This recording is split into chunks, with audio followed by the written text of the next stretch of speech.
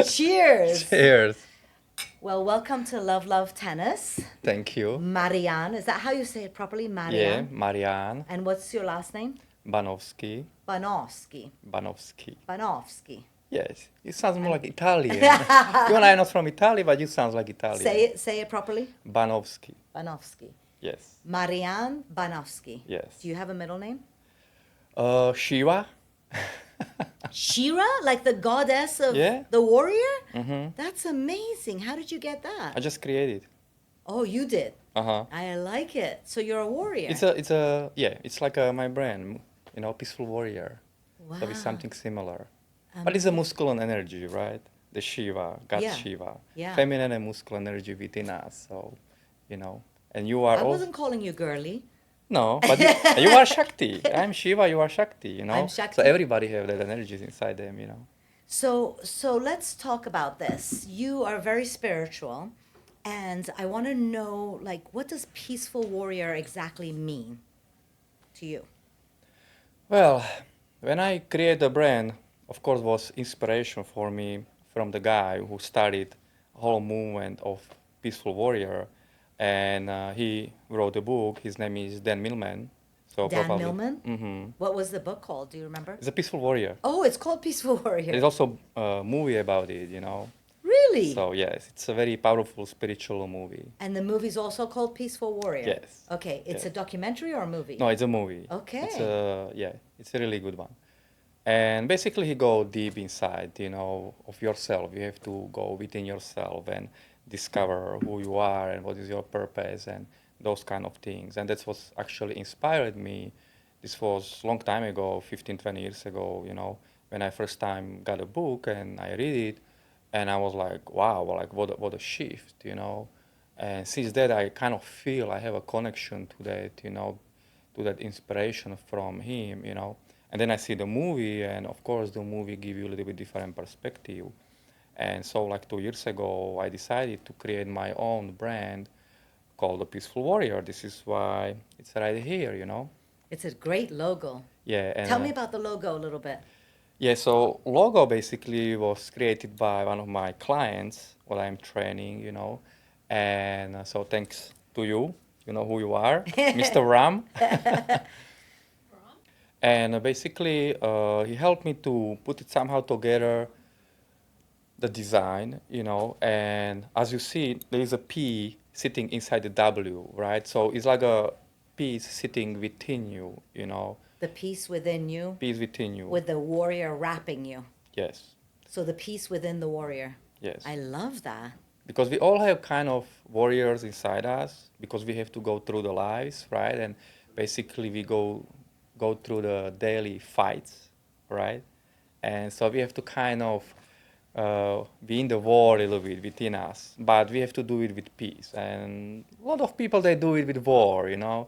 So I try to bring a different way how to approach the life, and I want to do it basically through this brand right now, right? And through the different energies of love. This is why I think we connected very well. Yes. Because your tennis called love tennis. So it's very amazing, how basically hearts can connect and vibration energies can connect and people can create something new, like we're recording right now this podcast and basically bringing something new to the world. Yeah, I mean this concept of love is in every religion. This concept of oneness is in every religion, but I feel like sometimes we as humans get away from that and we get competitive or we want to win or we want to push other people down so we feel higher. And it's really important to realize that if you're hurting somebody else, you're actually hurting yourself. That if you're lying to somebody else, you're actually hurting yourself. If you're cheating on somebody else, you're cheating on yourself. And when you go to bed at night, and right before you go to bed, you're just by yourself with yourself, and you know what you did, even if you weren't caught, you know Yeah. what you did. And so, this oneness, this peacefulness, this kindness, this love, this connectivity is so important for happiness. And I feel like sometimes we get off track because we're trying to make money or we're trying to win a tennis match or we're trying to be strong and get in the gym and get really flexible and, you know, yoga, for instance, was created to be a mind and body and soul connection. It's supposed to be peace in your head and presence in your body and love in your hearts. That's what yoga is. But sometimes I've gone to classes and people are looking at each other and I'm like, this is not a comparison situation. What's going on here? You know? Yeah, exactly. I can feel with you what you mean because people are not tapped to themselves. They are tapped to the ego. And when they are in the ego, they're trying to compare themselves and be in the competition, you know. So, but not being in the competition, but because you can compete with anybody if you are true to yourself and if you're living in that balance, right, in your center. And most of the people, because they are out of the balance and they live too much on one or other side of a masculine or feminine energy, right? So they are disbalanced. And this disbalances create this distraction, within them. And then basically they got a little bit lost in the life and walking the paths. But well, that's their path, right? And they have to experience it certain way. And they have to get lessons. And after the lessons, when they learn it, well, they can move on and go to something else, and maybe finding that balance within them. It's like, yeah, you could say, in the yoga classes, it's depend maybe who is the teacher, is maybe depend what kind of classes you go. But when you do Kundalini class of yoga, it's a little bit different It than is. just a classical, because you're really focusing on awakening your energies within you, your snake, your Kundalini energy, right? And then basically will balance you, because you start to understand who you are and how this world operates, and Can you I know tell you my Kundalini please, experience? please. So somebody told me how to do it, and this was probably it was before I met Robert, so it was probably about 11, 12 years ago. So this teacher told me to sit in front of a mirror, to cross my legs, and gave me the breath work to do, and they said look in the mirror. Excuse me, look in the mirror and do the breath work. So I've done it once in my life. Listen to what happened. It's unbelievable. I didn't take any mushrooms or ayahuasca or anything weird. I just sat down on the floor in front of the mirror and I looked at myself and I started doing the breathing. And I'm looking at myself in the mirror, looking at myself in the mirror, looking at my. So I'm breathing and I'm starting to get really excited and I'm getting these feelings in my, like kind of in my belly, in my like, orange chakra, Hmm. like that sort of area down there. And so everything's kind of building and building. And then suddenly my back goes click, click, click, click, click, click, click, click, click, click, click, all the way up. And I have an amazing experience suddenly. And I'm looking at myself right in the mirror. There's this light around me, but I cannot recognize myself. I don't know who that is in the mirror. It was me, but it wasn't me. Do you know what I mean? Hmm. And it almost like kind of scared me, but I was having such a good physical experience. But I've never done it since then because I don't like being kind of out of control sort of thing. And it was extremely sort of out of control for me. Hmm. Have you done Kundalini? What experience did you have with it? Yeah, I am recently practicing Kundalini, so it's a trip. It's a different kind of experience than when you do just the regular yoga and regular poses. So that's what I think give you a lot of awakening within your body, right?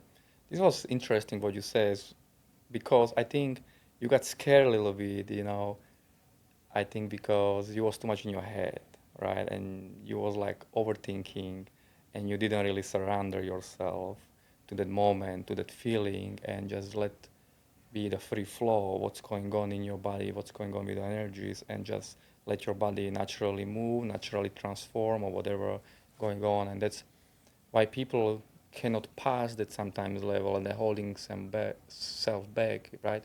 Because they are afraid. They are afraid what will come out, and they don't want to face themselves because you started a good trip because you was watching yourself in the mirror. So it's the best reflection to yourself, right? And something like that happen energetically within you. That means you have some powers there where you can open very easily, but you have to just maybe work on it a little bit more. It is So, scary. It's and scary to you, do something that's so out of the realm of, the mhm. regular life type stuff, you know? I think it is just a part of the fears what we holding, you know, and these fears are blocking us to our greatness. Because once you unblock yourself from any fear what we have, because everybody has some from something, you know, but those are maybe also a little bit deeper fears. It's not just like, oh, I'm scared of heights or some roach or something, right? Who actually can be fixed very easily. But when you go within, and there are fears of like, okay, what I'm feeling, what is happening to me, or what's going on with my spine, you know, is like, I don't like that. And that's a fear coming out, right? I need to be faced. I need to be cleansed. I need to be let go, right? And then you pass certain level and you will feel like, oh my God, I feel like free, you know, like there is no obstruction anymore in my life and you can do whatever you want to do. You are. Like a spiritual chiropractic, like a Mm-hmm. chiropractic for the spirit. So I know that you teach, people physical training, weights and aerobics and all of that. I also know that you coach spiritually and you help people on that side. My question to you is this: do you think that something like the experience I had, do you think the fear is a fear of unknown, of the fear of your own greatness? I mean, what do you think would be the fear of me not wanting to do it? Was a great experience, but I don't want to do it again. What do you think that is? The question is why you don't want to do it again. What are you fearing? Yeah, that would be the question. I'd You have to know? think about it because I was like, oh, that's scary. I'm not doing that again. But yeah. Yeah, but it's the fear of like telling you, I don't want to do it, just answering to yourself right now, like, okay, so question yourself, don't question me, because like I cannot give you answers for everything, you know, but when you start to questioning yourself, because you have to sit within yourself, you have to meditate a little bit maybe on it, you know, and once you take the time in the quietness, there is nothing around, and you just start to like, okay, let's find out, let's figure out, because that blockage can be really big, you know, and the fear maybe is what holding you maybe back in general in your whole life, right? To something to greater than you are just doing, for example, to be greater yourself, right? To balance yourself, balance your mental health, your physical health, right? All spiritual health, right? So and those kind of things. So I can answer to it. What started you on your original search? What got you into this where you were even looking for a book like that? Or I know we both went to Landmark Education, right? Did you do the Landmark Forum? No, I don't Oh, think so. No. no? No, Well, somebody else, I it think. was somebody Not else. me. But I mean, that sort of personal growth, spiritual Hmm. growth. What set you off at the beginning on your search for being a better man? Well, some part of it was probably when I was younger, you know, because I grew up the way that I always was tapped and connected to some spirituality. I always was pulled towards that energy, always have an interest, you know, in my whole life that I want to discover what is this energy, what is this spirituality, right? But not a spirituality in the way of religion, but a true spirituality, you know, what is it? So I always have, when I read a book or listen or people who are on those kind of frequencies and energies, you know, but recently, just few months ago, basically started my really big and self transformation. You know, when shoot me even more because when you go few years and there is not too much change in your life, right? But you kind of feel you're like stagnated and not moving forward, and it's just everything is well. There is nothing wrong about it. Like life is okay. You have work, you have business, right? Like you have your health, so and that something push you like okay it's time to move your ass time to just keep moving forward and do something differently because like there is no way I can be in these same energies, you know, and that inner calling basically that inner feeling was pushing me more and more and more that like okay let's go, let's start to practice kundalini, let's start to awaken something. I don't know how things will go, I don't know how things the universe will bring me because I have no idea, but things start to shifting very fast. So there was that inner calling basically, you know, and it's usually it is tapping to my own intuition, right? even when I came to United States many years ago, there was the intuition was calling me and telling me that I need to go and I need to travel. And when that time I didn't know where because I was just trying to explore, right? But when I tapped to my intuition and the universe support me with it when I make a decision, because when I make a decision where to go or what to do, then everything comes to it because it's the right decision. You know, like this quote, when you really want something and it's also meant for you, the universe will give it to you. That's And so yes, true. and with all the energy and all the power will support you, and nobody can take it away from you. Yeah, 3 years ago, I went to a 10-day silent retreat. It's called Vipassana meditation. And I came out of there, and maybe 3 weeks later, I signed a lease for this 3-story massive boutique. I mean, everything like the waters parted like they did for Moses. It just like everything went brrrr and happened correctly. And you're absolutely right. You know, if it's meant for you, nobody can stand in its way. But for the people that are listening right now that don't have access to their intuition, their mind is talking too much and they don't listen to their gut, they can't hear their gut.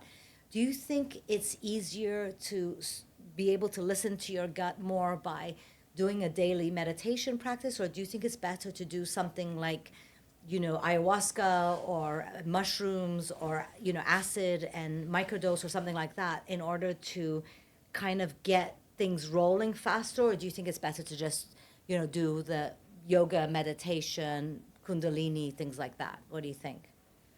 Well, there is a different way how you can get somewhere, right? How you can awaken, let's say, yourself, right? The natural way is the best way anyway, you know, because you're naturally practicing something and you don't confusing your mind with some drugs and hallucinations, you know, in your head. So some people are called for ayahuasca, some people are called for doing some mushrooms, you know, and there is nothing wrong about it. It's their way, you know, and it change your life. It can really change your life. I have a friend who have done like 7 times ayahuasca trip, you know, 7 times? 7 times after each other right away. So was amazing. And if he will, if you will listening this, you know who you are, and he's amazing artist. He can his mind or consciousness is amazing, you know, because he's just have done something what usually people don't. They maybe go for one trip, right? And that's one way how you can approach the life, and you just jump to it because maybe there was your calling, right? There was your way to start it to do. And some people they don't need to do that, right? Some people are naturally, let's say, like me, like I have it whole life within me, that energies and that calling there, you know, but I never really push it out. I always was kind of suppressing a little bit, you know. So that's why I like to be more spiritual. I like to talk more about the energies, but I was more suppressing. So that's why I focus a lot basically on the physical health, physical fitness, right? Nutrition and those kind of training with the people. But I always a little bit hold back that even more powerful energy what is there, right? And so doing daily practices, you know, absolutely will help, you know. Intuition, it's hard to use intuition if you are not quiet. If you constantly consuming consuming content, consuming news, always talking, you know, like sometimes it's better to calm down the mind, and the best way is just to sit and just do nothing, you know, and stay quiet. This is a great way to calm the mind as well. It is the one way. Zenato red wine, a very, very great way to calm the mind. It is many ways how you can calm yourself down. Sometimes even the glass of wine can help you and relax you a little bit more, you know. So Yeah, in there's a Korean yoga, and it's all about making your mind feel like a cool river, really cold water just flowing and pushing the heat energy all the way down to your danjan. They do this. They do danjan. The danjan is the stomach, and you do this so that you push it down so that you're not in your head so much. You move the blood down, the blood flow, so that basically you have connection to your intuition and things that are better, smarter than your mind. I believe that our intuition and our gut, or whatever you want to call it, our inner God, our oneness, whatever you want to call it, that energy that's here is so much smarter than the brain. And when I'm able to connect with that, I make the best decisions, I meet the best people, I have the best connections, I have the best time. When things don't go exactly like I want to, I surf the wave instead of Yeah. trying to swim across the tide, and push and get. No, I'm like, oh, that wasn't meant for me. That wasn't meant for me. But it's only when I'm in the right place. Yes. If I'm in my head and I start overthinking stuff, and like you said, if my ego is activated, and if I'm thinking, what are people going to think? Or, oh, I'm competing with somebody. Robert and I asked the question, would Jesus play tennis? Because it's very difficult playing in a sport where you're supposed to win, but you're being kind and sweet and loving and you want them to win. And, would Jesus have played tennis, you think? I don't know. You have to ask him. You have to ask him. So I know that you coach people. How are people, whether they're in America or outside of America, how are they able to connect with you in a way that you can help them on their spiritual journey, whether they're just starting out on it or they've been, doing different things and they want to further themselves, like you said, they got stagnant and they want to take the next step.